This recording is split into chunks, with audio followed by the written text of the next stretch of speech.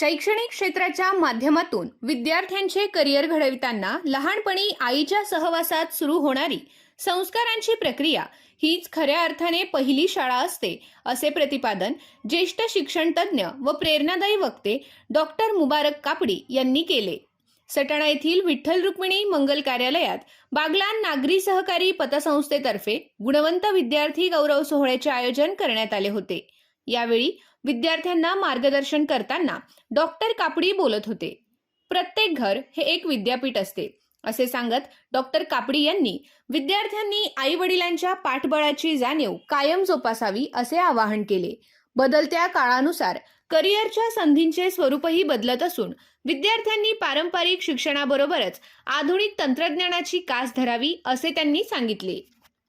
यावेळी डॉक्टर कापडी यांनी आर्टिफिशियल इंटेलिजन्ससह आधुनिक तंत्रज्ञान, शिक्षण, रोजगार व विविध व्यावसायिक क्षेत्रातील करिअरच्या संधींबाबत विद्यार्थ्यांना मार्गदर्शन केले।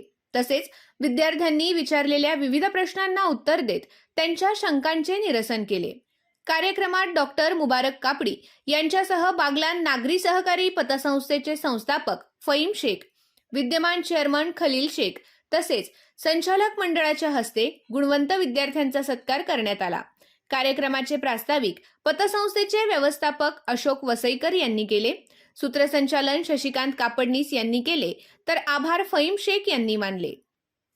यावेळी प्राचार्य अनिल पाटील, ॲडव्होकेट सय्यद हलीम सिद्दीकी, माजी chairman Arif Tamboli, vice chairman Fakir Mansuri, Arif Shaikh, Yasin Shaikh, Sadiq Mansuri, Javed Tamboli, Nishant Shaikh, Shaheen Shaikh, Afzal Mirza, Salim Mansuri, Nadeem Tamboli, Khalil Shaikh, Faiyaz Shaikh, Hemant Gosavi, Wasim Tamboli, Hemant Sanap आदी उपस्थित होते। तसेच बागलाण, कळवण, मालेगाव, देवळा, चांदवड आदी परिसरातील विविध पदाधिकारी व मान्यवरांची उपस्थिती होती। गुणवंत विद्यार्थी गौरव सोहळ्यापूर्वी बागलाण नागरी सहकारी पतसंस्थेची वार्षिक सर्वसाधारण सभा खेळीमेळीच्या वातावरणात पार पडली। सभेत संस्थेच्या कामकाजाशी संबंधित विविध विषयांवर चर्चा करण्यात आली।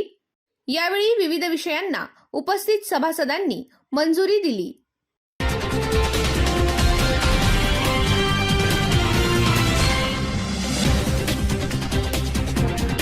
I